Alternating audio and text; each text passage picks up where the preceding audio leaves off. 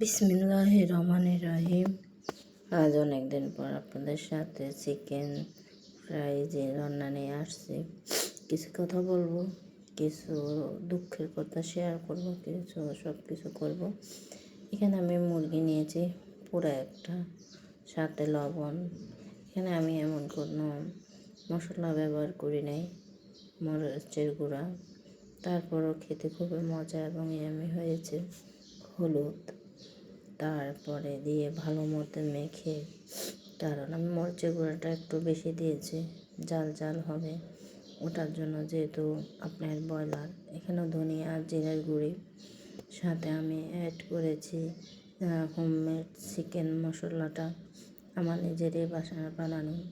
এখানে সয়াবিন তেল আর তারপরে শুকনো মরিচ আর দারচিনি। মেন থিমটা হয়েছে এটা, কারণ যখন আপনি সয়াবিন তেলটা একটু কালার হয়ে আসবে, তারপর শুকনো মরিচ দিবেন, দারচিনি দিবেন, কি যে সুন্দর আমি মানে অ্যারোমাটা বের হবে। তারপর আপনি পেঁয়াজটা দিয়ে নাড়ে চেড়ে পুরো ফ্রাই না, হাফ ফ্রাই এবং একটু লালচে লালচে থাকবে, বাদামি কালার। তার উপরে আদা রসুন পরিমাণ মতো আপনার মুরগির যেটুক লাগবে একটু দিয়ে দিবে, দিয়ে আপনি ভালো মতো নাড়ে চেড়ে, তখন দেখবেন আস্তে মুরগির থেকে পানি বের হয়ে গিয়েছে।